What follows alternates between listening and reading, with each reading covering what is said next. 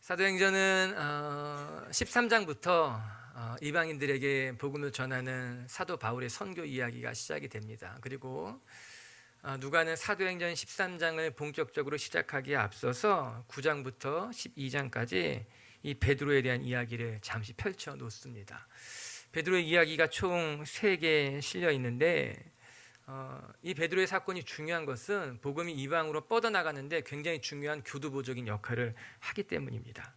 첫 번째는 베드로의 이야기 중에 베드로를 통해서 일어난 기적을 먼저 기록해 놓고 있어요. 오늘 우리가 같이 묵상하게 될 말씀입니다. 루다에서 애니아라는 사람을 고치고 또 요바에서는 죽은 다비다를 살리는 사건이 일어나게 됩니다. 두 번째 베드로의 사건은 고넬료와 베드로가 본 환상 이야기예요. 그리고 이 환상을 통해서 복음이 이방인으로 전해지는데 결정적인 계기가 되죠. 이방인에게 복음의 문이 활짝 열리게 됩니다. 마지막 세 번째 사건은 베드로의 투옥과 탈출입니다. 베드로가 복음을 들고 열심히 전하다가 또 헤롯에게 잡히고 또 그러나 탈출하게 되는 이야기예요. 베드로의 삶이 참 다이나믹하죠. 그가 가는 곳마다 성령님께서 나타나셨고 또 그가 하는 일들마다 좋은 역사가 나타났습니다. 오늘 본문은 그래서 이렇게 시작하고 있어요. 32절을 같이 한번 읽어보겠습니다. 시작. 그때 베드로가 사방으로 두루 다니다가 루다에 사는 성도들에게도 내려갔더니 베드로가 사방으로 두루 다녔다, 그렇게 이야기하고 있습니다. 이는 베드로의 삶이 어떠했는지 그리고 또한 앞으로의 베드로의 삶이 어떠할지에 대해서 예고하고 있는 것만 같습니다. 베드로는 우리가 잘 알고 있듯이 초대 예루살렘 교회의 수장이었지만 그는 그냥 단지 교회에만 머무르지 않았습니다. 예루살렘 교회를 지키는 일이 그의 역할이었지만 또 한편으로는 그는 복음을 들고 사방으로 다니면서 하나님의 나라를 전했다는 거예요. 그가 가는 곳마다 하나님의 역사가 나타났어요. 우리가 이 부분을 결코 놓치면 안 됩니다. 우리가 무엇인가 이루었다고 해서 그 자리를 지키려고만 한다면 그것은 하나님 보시기에 아름다운 모습은 아닐 것입니다. 내가 지금까지 한 일이 많고 또 내가 지금까지 많이 헌신했기 때문에 이제 좀 쉬어도 된다, 이제 좀 누려도 된다고 한다면 그것은 하나님이 기뻐하시는 생각은 아닐 것이에요. 여러분, 베드로를 보시기 바랍니다. 그는 분명 예루살렘의 최고 리더십이었어요. 많은 사람들은 베드로의 설교를 듣기 위해서 그를 찾아왔습니다. 뿐만 아니라 베드로에게 기도를 받기 위해서 멀리서도 찾아온 사람들이 수도 없이 많았을 것입니다. 베드로가 굳이 사람들을 만나러 바깥으로 다닐 필요가 전혀 없었다라고 하는 거예요. 그냥 사람들이 베드로를 보기에 몰려왔다라고 하는 거죠. 그러나 베드로는 예루살렘 교회 안에 머물러 있지 않았습니다. 자기를 필요로 하는 사람들을 맞이하기 위해서 그가 바깥으로 나갔다라고 하는 거예요. 오히려 스스로 사방으로 다니면서 하나님의 나라를 전했고 하나님의 나라의 복음이 필요한 사람을 찾아갔습니다. 베드로는 부르는 사람에게 달려갔어요. 오늘 말씀해 보게 되면요, 루다에서 그를 부르면 루바로 달려갔고요, 요바에서 필요하다고 하니 요바로 달려가서 다비다를 고친 것 아니겠습니까? 고넬료라는 사람이 베드로를 부르니 또 고넬료 집으로 달려간 사람이었어요. 그리고 그 다음 주에 또 살펴보겠지만 그 베드로는 사방으로 복음을 전하다가 헤롯에게 투옥되게 됩니다. 고난이 많았어요. 그러나 베드로는 조금 더 연연하지 않고 하나님께서 부르시는 곳으로, 복음이 필요한 곳으로 달려갔다라고 하는 것입니다. 전 이렇게 살아가는 것이 우리 그리스도인의 참된 모습이 아닐까 생각합니다. 어느 정도 이루었다고 해서, 지금까지 내가 많이 수고했다고 해서 그 자리에 멈춰 서는 것이 아니라 하나님이 나를 부르신다면 어디든지 마다하지 아니하고 달려갈 준비를 하는 것, 내가 순종할 준비가 되었습니다 말하고 하나님이 부르시는 곳으로 달려나가는 것이 하나님의 사람의 모습이지요. 바울은 이렇게 기록하고 있어요. 빌립보서 3장 13절 14절 같이 한번 읽어볼게요. 시작. 내가 자본줄로 여기지 아니하고 오직 한 일, 즉 뒤에 있는 것은 잊어버리고 앞에 있는 것을 잡으려고 표대를 향하여 그리스도 예수 안에서 하나님이 부르신 상을 위하여 달려가노라. 아멘. 참 멋진 고백을 우리에게 들려줍니다. 정말 멋진 사람 아닙니까? 바울은 제자리에 앉아있는 사람이 아니었어요. 날마다 다시 태어났어요. 내가 많이 이루었지만 내가 이룬 것을 이루었다 생각하지 않았어요. 이미 그것은 뒤에 남겨둔 채 하나님이 부르신 표대를 향해서 위해서 끊임없이 앞으로 전진하는 사람이 바울이었던 거죠. 그런 고백을 우리에게 들려주지요. 여러분, 바울도 베드로도 그들은 하나님을 만난 이후에 제자리에 멈춰선 사람이 아니었습니다. 늘 성령의 음성을 들으면서 앞으로 전진하는 사람들이었어요. 우리가 오늘 베드로의 삶의 궤적을 따라 묵상할 텐데, 여러분, 베드로는요 늘 하나님이 부르시는 곳에 달려간 것 아니겠습니까? 전 여러분들에게 베드로와 바울과 같이 하나님 앞으로 전진할 수 있는 하나님의 사람들이 되길 주님의 이름으로 축복합니다. 내가 많이 이루었습니다, 지금까지 수고한 것도 많습니다, 그렇게 그냥 그 자리에서 안주하며 살아가는 사람들이 아니라 끊임없이 또 도전하고 하나님의 말씀에 따라 순종하며 나가는 것이 믿는 사람들의 삶이라고 하는 거예요. 할렐루야. 케냐 선교사님에게 우리가 차가 필요해서 차를 사기 위해서 재정을 우리가 후원해 드렸어요. 보냈어요. 그러면서 제 마음속에 자동차 이름을 지었어요. 선교사님한테 얘기는 하지 않았지만 챌린저 1호예요. 아마 알아서 이름을 또 짓겠지만 그냥 제 마음속에는 2호를 만들겠다는 거예요. 이게 우리의 도전이다. 가서 도전하고 또 도전하고 복음이 계속해서 번져가기 위해서 저는 챌린저 1호라고 마음으로 짓고 기도한 거죠. 아마 따르게 지을 거예요, 본인들은. 어쨌거나 전 우리 미치교회가 여러분 한 사람 한 사람이 여러분 삶의 자리에서 안주하고 그냥 멈춰서는 것이 아니라 오늘도 주님의 음성을 듣고 또 그 자리에서 일어나서 하나님을 향해, 표대를 향해 앞으로 전진하는 분들이 되기를 주님의 이름으로 축복합니다. 그럼 베드로의 이 기적을 통해서 우리가 묵상해야 될 것이 무엇이냐? 여러분, 첫 번째는요, 베드로의 기적은 예수님의 사역과 예수님의 삶과 참 닮아 있다는 거예요. 먼저 애니야를 치유하는 장면을 같이 한번 살펴보겠습니다. 33절 34절 같이 읽겠습니다. 시작. 거기서 애니야라 하는 사람을 만나매 그는 중풍병으로 침상 위에 누운 지 8해라. 베드로가 이르되 애니야야, 예수 그리스도께서 곧 일어나니 베드로가 룻다로 내려가자 그곳에서 애니야라는 사람과 마주치게 됩니다. 그런데 그는 건강한 사람이 아니라 중풍병으로 말미암아 누워있는 사람이었어요. 성경은 그가 침상에 누운 지 8년이나 되었다, 그렇게 이야기합니다. 8년이란 시간은 결코 짧은 시간이 아니었을 것입니다. 애니야도 그의 가족들도 이제 이 병에서 고침을 받을 것이다, 건강해질 것이란 희망은 이제 아마 싹 사라져 버렸을 것이 분명합니다. 그러나 애니야를 바라본 베드로는 그를 위해 기도하기 시작하게 됩니다. 그리고 예수님의 이름으로 그에게 선포했습니다. 자, 자리를 정돈하고 내 침상을 들고 일어나라, 그렇게 말했던 것이죠. 그리고 놀랍게도 이 베드로의 선포를 들었던 애니야가 그 자리에서 일어나 걷게 됩니다. 주변 사람들은 놀랄 수밖에 없었고 이 사람의 건강이 회복된 것으로 말미암아 사람들이 하나님을 찬양하기 시작한 것이에요. 그런데 가만히 생각해 보면 이런 베드로의 모습 속에서 우리는 예수님이 가버나움에서 중풍병자를 고친 사건을 떠오르게 됩니다. 지붕을 뚫고 중풍병자를 달아내린 친구들에게, 그리고 그 중풍병자를 본 예수님이 이렇게 말씀하셨어요. 누가복음 5장 24절에 있는 말씀인데 같이 한번 읽어볼게요. 시작. 중풍병자에게 말씀하시되 내가 내게 이르노니 일어나 내 침상을 가지고 집으로 가라 하시매. 여러분, 오늘 베드로의 선포와 참 많이 닮아 있지 않습니까? 아니, 더 정확히 말한다면 베드로의 선포가 예수님의 말씀과 닮아 있었던 것이죠. 뿐만 아니라 베드로가 요바에 있는 다비다를 살리는 광경도 예수님의 모습을 떠오르게 합니다. 베드로는 죽어있는 다비다를 보고 시체를 향하여서 일어나라 명령했어요. 우리 40절 오늘 본문을 읽어보겠습니다. 베드로가 사람을 다 내보내고 무릎을 꿇고 기도하고 돌이켜 시체를 향하여 이르되 다비다야 일어나라 하니 그가 눈을 떠 베드로를 보고 일어나 앉으니라. 그리고 나서 예수님께서 야이로의 딸을 살리시는 장면을 같이 한번 읽어보십시다. 야이로의 딸도 중병에 걸렸는데 죽었어요. 그리고 나서 예수님께서 죽은 야이로의 딸을 가리켜서 이렇게 이야기합니다. 마가복음 5장 40절 41절 같이 읽겠습니다. 그들이 비웃더라. 예수께서 그들을 다 내보내신 후에 아이의 부모와 또 자기와 함께한 자들을 데리시고 아이 있는 곳에 들어가사 그 아이의 손을 잡고 이르되 달리다고 마시니 번역하면 곧 내가 내게 말하노니 소녀야 일어나라 하심이라. 예수님께서 죽은 야이로의 딸을 보시고 일어나라 말씀하신 거예요. 이 말씀과 오늘 베드로의 이야기가 닮아 있는 거예요. 뿐만 아니라 오늘 베드로는 예수님처럼 주변에 있는 사람을 다 나가게 했다라고 하는 거예요. 정말 두 개의 사건이 카피한 것처럼 비슷한 모습을 보여주고 있는 것이죠. 정확히 말하면 베드로가 예수님의 모습을 닮은 거죠. 카피한 것 아니겠습니까? 여기서 우리가 매우 중요한 교훈을 하나 발견하게 되는 것이에요. 즉 베드로는 예수님의 모범을 철저하게 따르고 있다는 것입니다. 그가 3년 동안 예수님 곁에서 예수님께서 말씀하신 것, 예수님께서 행하신 것을 보고 듣고 난 이후에 그가 이제 삶의 자리로 되돌아가서 예수님처럼 말하고 예수님처럼 기도하고 예수님처럼 선포하고 있었다라고 하는 거예요. 그리고 놀라운 것은 그가 예수님처럼 말할 때 그의 삶에 예수님의 능력이 동일하게 나타났다라고 하는 것입니다.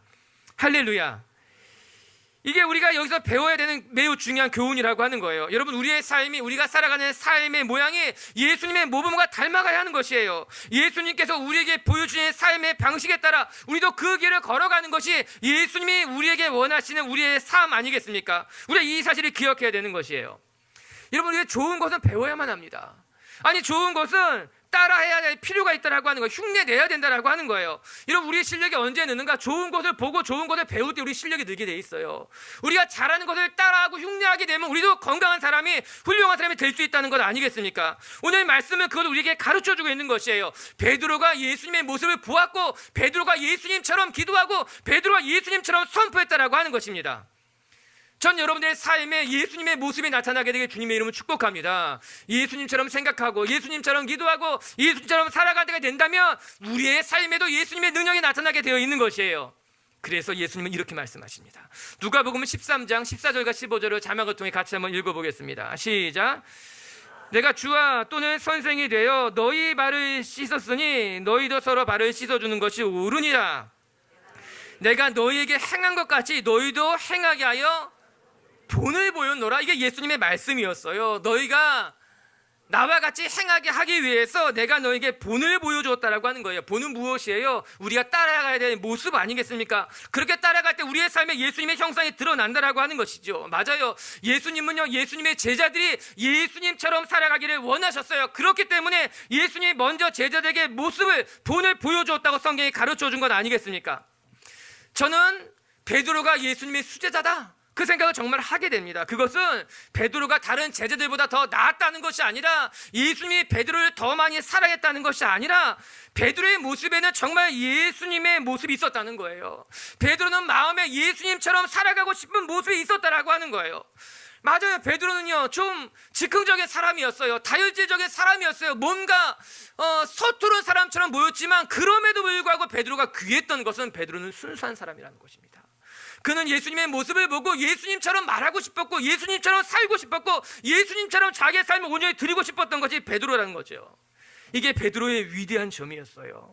비록 그가 부족한 면을 많이 가지고 있다 할지라도 그는 예수님을 닮아가려고 했다는 것이죠. 우리가 부족해도, 우리가 또 좀 모자란 면이 있다 할지라도 우리가 예수님 닮아가려고 한다면, 우리가 예수님처럼 살아가려고 한다면 전 우리의 삶에 예수님의 능력이 나타날 줄로 믿습니다. 그런데요, 전승에 따르면요, 베드로가 어떻게 죽었는가, 순교했는가? 로마 네로 황제의 통치 기간에 베드로는 예수님의 복음을 전하다가 십자가에 달려 죽게 되었습니다. 그것도 십자가에 달리되 거꾸로 달려서 죽었다고 그렇게 전승에 우리가 알고 있지 않습니까? 너무 귀한 거예요. 베드로는 예수님처럼 말하고 예수님처럼 살다가 마지막에 예수님처럼 죽었더라고요. 예수님처럼 십자가에 달려 죽는 그 베드로의 모습 속에서 어쩌면 예수님의 모습이 오버랩되는 거 아니겠습니까? 정말 그가 예수님을 만나기 전에는 갈릴리 어부로 그냥 그렇게 살았지만 그가 이제 예수님을 만난 뒤에 그는 예수님처럼 살았고 예수님처럼 죽었구나. 여러분, 우리의 삶의 능력이 어디서 나올까요? 우리가 대단히 성공하면, 우리가 높은 자리에 올라가면 그것으로 우리가 영향력을 갖게 되는 것일까요?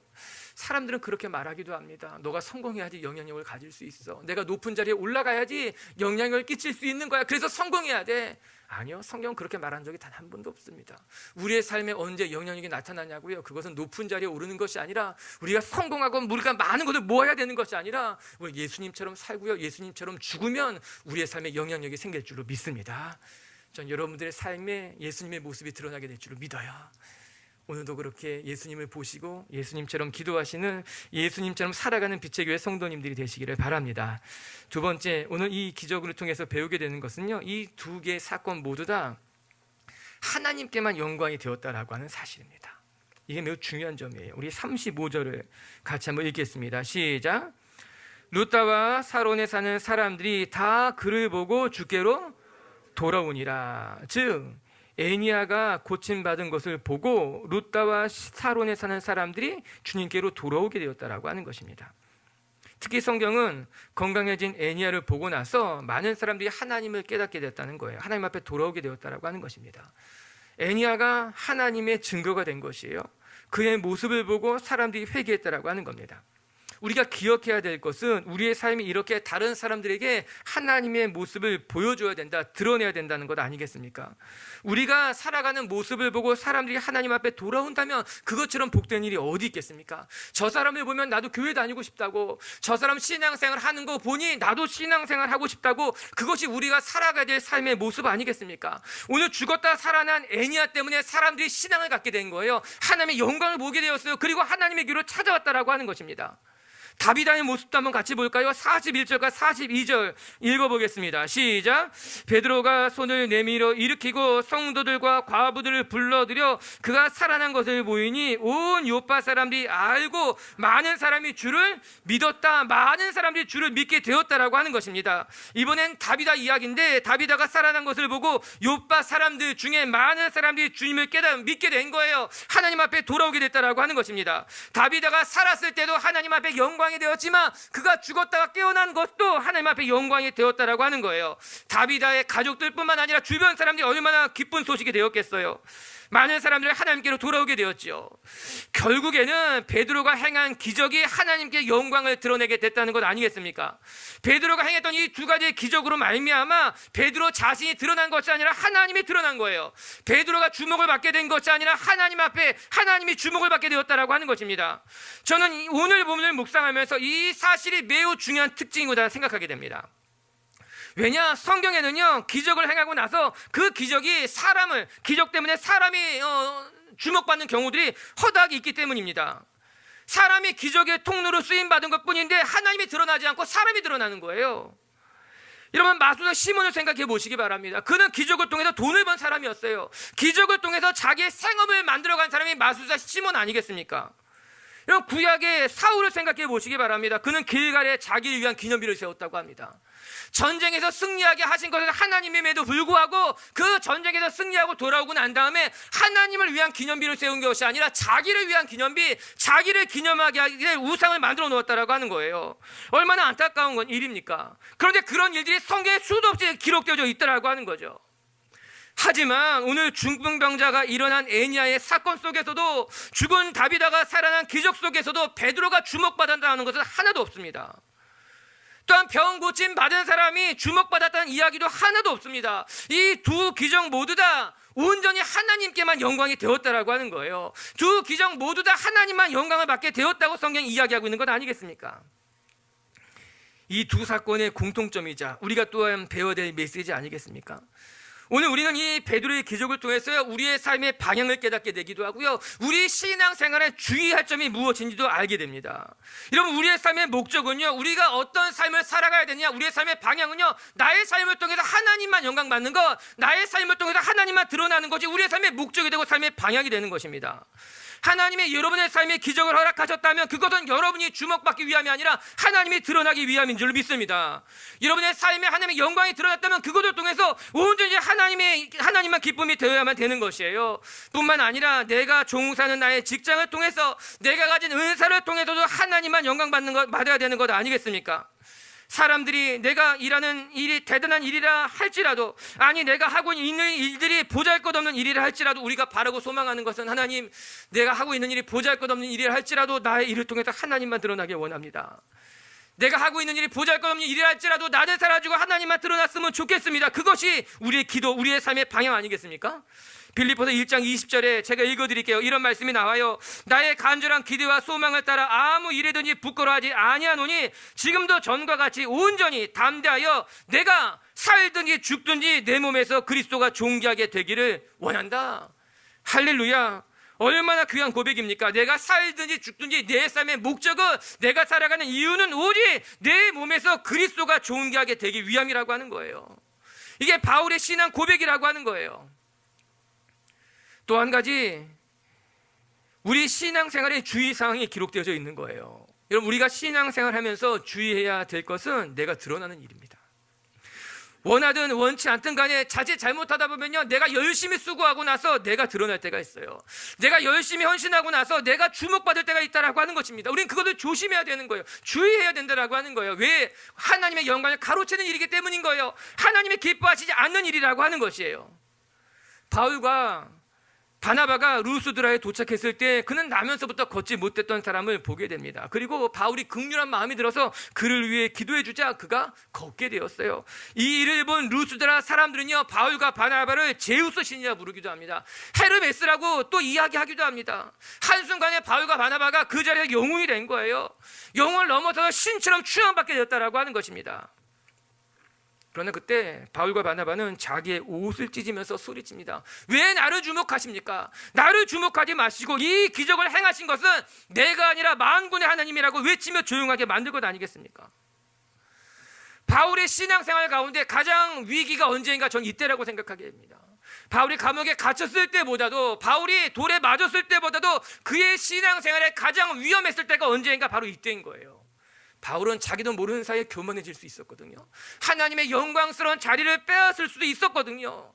그런데 많은 신앙인들이 이런 실수를 범하는 거죠. 열심히 수고하고 나서, 열심히 헌신하고 나서 자칫 잘못하게 되면요, 내가 주목받고 내가 사람들 앞에 드러나는 것으로 말미암아 내가 수고한 헌신한 모든 일들을 한순간에 무너뜨려 버리는 거예요. 하나님의 마음을 아프게 한다라고 하는 것입니다. 다시 오늘 본문으로 되돌아오면, 오늘 본문에는요, 베드로가 주목받았다는 말이 한마디도 없습니다. 오늘 이 기적을 통해서 온전히 하나님만 영광받았고 하나님께 돌아오는 사람들만 늘어나게 됐다라고 하는 거예요. 이 기적은 온전한 기적이었어요. 베드로의 섬김은 성숙한 성숙이었어요. 하나님만 드러나게 하는 헌신이었다라고 하는 것입니다. 맞아요. 우리 빛의 교회도, 우리 빛의 교회 성도들도 여러분의 수고와 헌신이 여러분을 드러나게 하는 것이 아니라 하나님만 드러나게 하며 하나님만 영광되게 하는 교회가 되고 성도가 되시기를 주의 이름으로 축복합니다.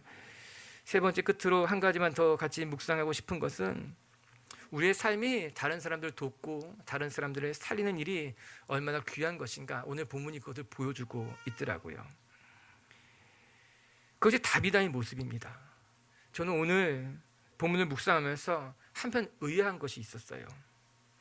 그것은 다비다가 죽었을 때 사람들이 베드로를 청해 도와달랐다고 하는 사실이에요. 우리 37절과 38절을 이제 또 같이 묵상할게요. 시작. 그때 병들어 죽음에 시체를 씻어 다락에 누이니라. 루다가 요빠에서 가까운지라. 제자들이 베드로가 거기 있음을 듣고 두 사람을 보내어 지체 말고 와 달라고 간청하여, 다비다란 여인이 죽자 그의 시신을 씻고 다락에 두었습니다. 그리고 베드로를 청해 불러왔다. 성경 그렇게 말해줍니다. 그런데 이것은 일반적이지 않은 모습이에요. 왜냐하면 일반적으로 사람이 죽으면 그것을 받아들이고 장례를 치르기 마련입니다. 그런데 오늘 다비다가 죽었을 때에 특이하게도 다비다 주변에 있는 사람들은 루다로 사람들을 보내서 베드로를 청했다는 것입니다. 여러분, 이런 경우는 사실 드뭅니다. 야이로의 딸이 살아난 것도 보시기 바랍니다. 야이로의 딸이 죽었다 살아나는데, 야이로의 딸이 죽었을 때 예수님을 부른 것이 아니라 야이로의 딸이 죽기 전에 예수님에게 사람을 보내서 와서 우리 아이를 고쳐달라고 한 것이었어요. 나사로를 살릴 때도 동일한 일이었습니다. 나사로가 죽고 난 이후에 마르다가 마리아가 예수님을 부른 것이 아니라 오라비 나사로가 죽기 전에 살았을 때 누이가 예수님을 청한 것 아니겠습니까? 와서 우리 오라비를 살려달라고. 그게 맞는 일이에요. 보통 사람이 죽고 난 이후에는 그냥 죽음을 받아들이는 것이 일반적이었다는 것입니다. 그런데 놀랍게도 오늘 다비다의 경우는 좀 달랐습니다.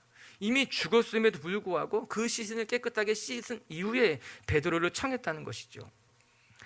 이 부분을 찾아보게 되면 학자들마다 몇 가지 다른 견해를 이야기해 주고 있어요. 먼저는 오늘 다비다가 살아난 것을 배경으로 보면 아마 죽은 다비다를 살리기 위해서 베드로를 청했다, 그렇게 해석하는 사람들이 있습니다. 또 다른 학자들은 죽은 다비다를 살리는 것이 아니라 다비다와 다비다의 가족들을 위로하고 그들을 위해 기도하기 위해서 베드로를 청한 것이 옳다라고 해석하는 사람들이 있다는 것이죠.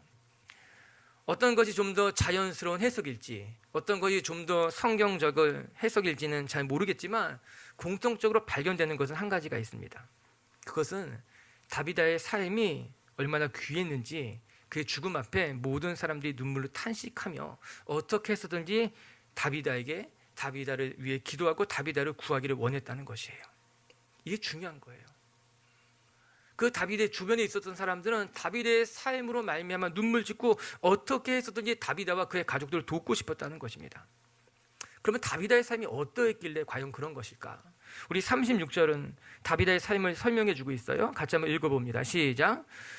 요바에 다비다라 하는 여제자가 있으니 그 이름을 번역하면 도르가라. 선행과 구제하는 일이 심히 많더니. 다비다가 어떤 여인이었는가? 그는 선행과 구제하는 일에 열심인 사람이었다. 성경은 그렇게 말해주고 있습니다. 참 귀한 여인이었습니다. 비록 여인이었지만 그럼에도 불구하고 이 다비다란 여제자는 주변의 모든 사람들을 돕는데 조금도 아까워하지 않았던 사람이었어요. 선행과 구제하는 일들을 심히 많이 했던 사람, 그래서 주변에 있는 사람들이 다비다의 죽음 앞에 눈물을 흘릴 수밖에 없었던 것입니다. 저는 그런 생각을 해봅니다. 이 장례식장에 있었던 사람들이 누구였을까요? 이 장례식장에 모여있는 이들이 누구였을까요? 39절 한번 같이 읽어볼까요? 시작. 베드로가 일어나 그들과 함께 가서 이르매 그들이 데리고 다락방에 올라가니 모든 과부가 베드로 곁에 서서 울며, 여기까지 봅시다. 그 장례식장에 놀랍게도 과부들이 많이 있었다는 겁니다. 41장에 보게 되면요, 베드로가 손을 내밀어 일으키고 성도들과 과부들을 불러들여 그가 살아난 것을 보이니. 이 장례식장의 좀 독특한 풍경은 그 장례식장에는 가족들보다도 과부들이 많이 있었다는 거예요. 왜 그랬을까? 이유는 한 가지입니다.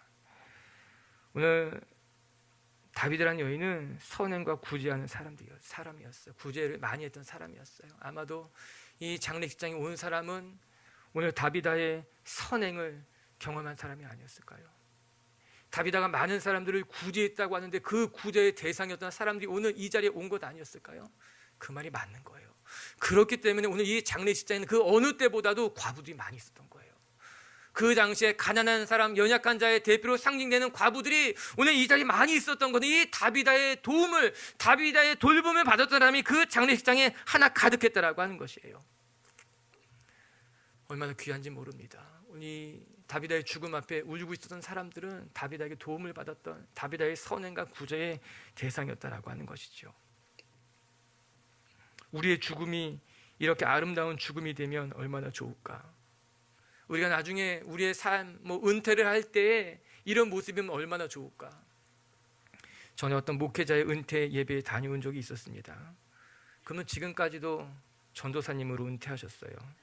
저를 위해 많이 기도해 주셨던 분이었는데 이제 은퇴식을 할 때 제가 가서 기도해 드렸는데 은퇴 예배를 다 드리고 난 다음에 사람들이 한 사람씩 한 사람씩 꽃을 갖고 나와서 그 은퇴하는 목회자한테 꽃을 드리면서 이야기를 한 거예요. 전사님, 제가 언제 기도받아서 건강하게 된 사람입니다. 전사님, 저를 기억하실지 모르지만 제가 언제 전사님의 도움으로 이렇게 새 사람이 되었습니다. 끊임없이 사람들이 와가지고 인사를 하는 거예요. 그 시간이 지난 다음에도 그 자리에 앉아있던 사람들이 다 한번 일어나서 이야기하는 거예요. 저를 기억하시냐? 제가 몇 년도에 여기 와서 예배했고 내가 몇 년도에 여기서 하나님 만났다고 이야기하는 사람들이었어요. 그분은 유명하신 분이 아니었어요. 그 은퇴 자리도 대단히 유명한 사람들이 모인 곳이 아니라 아주 평범한 사람들이 모인 곳이었지만 그곳은 평범한 자리가 아니었어요. 너무나 귀한 자리였어요. 너무나 감격스러운 자리였어요. 저렇게 은퇴할 수 있다면, 저렇게 우리의 삶을 아름답게 마무리할 수 있다면 얼마나 좋은 일이었을까. 오늘 다비다의 삶이 그랬습니다. 그는 평생 선행하며 구제하는 사람이었기 때문에 그의 죽음 앞에 많은 사람들이 눈물 흘리며 다비다가 다시 일어났으면 좋겠다고, 다비다를 살려달라고 그렇게 사람들이 찾아온 건 아니었겠습니까? 전 우리 빛의 교회 성도들의 삶도 지금까지 어떠한 삶을 살아왔는지 모르지만 남은 인생만큼은 선행과 구제로 많은 사람들 돕고 섬기는 것으로 말미암아 여러분의 삶보다 여러분의 죽음이 더 아름답게 되길 주의 이름으로 축복합니다. 여러분이 하는 일을 모두 마치고 나서 뒤로 돌아다 봤을 때 하나님께서 말씀하시기를 잘했다, 착하고 충성된 종아, 뿐만 아니라 많은 사람들이 내가 당신 때문에 예수님 만나고 내가 당신 때문에 살아났다고 그래 고백을 드릴 수 있는 다비다와 같은 인생이 되었으면 좋겠습니다. 할렐루야. 말씀을 정리하십시다. 오늘 베드로의 기적을 통해서 우린 그의 삶을, 또 그의 삶을 통해 하나님의 말씀을 배우게 되는 거예요. 베드로는 그 자리에 멈춰서 있지 않았습니다. 늘 자기를 필요하는 사람들에게 달려갔으며 늘 도전했으며 하나님의 부름 앞에 순종할 줄 아는 사람이 베드로였다라고 하는 거예요. 전 우리 빛의교회 성도님들도 안주하며 살아가는 것이 아니라 지금까지 많이 수고했다고 멈춰서는 것이 아니라 여러분을 필요로 하는 곳에, 여러분을 부르는 곳에 하나님의 부름 앞에 오늘도 도전하고 달려갈 수 있는 성도님들이 되기를 주님의 이름으로 축복합니다. 첫 번째, 베드로는요 예수님을 참 많이 닮아 있었어요. 베드로의 사역은, 베드로의 기도는, 베드로의 섬김을 예수님의 모습을 닮았다라고 하는 거예요. 전 우리 빛의 교회 성도님들도 예수님처럼 기도하고 예수님처럼 선포하고 예수님의 능력이 여러분의 삶에 나타나는 분이 되기를 주의 이름으로 축복합니다. 두 번째, 베드로는요 그의 모든 사역을 통해서 하나님께만 영광이 되었다라고 하는 거예요. 전 우리 성도님들도 여러분이 주목받는 것이 아니라, 여러분이 여러분의 자신을 자랑하는 것이 아니라 예수님만 자랑하고 여러분을 통해서 예수님만 드러나는 인생이 되기를 주의 이름으로 축복합니다. 그리고 세 번째, 우리 다비다처럼 우리의 삶의 마지막에 잘했다 칭찬받는 종으로서 많은 사람들에게 선행과 구제를 베풀 수 있는 존경받는 성도님들이 되었으면 좋겠습니다. 찬양 하나 같이 할게요.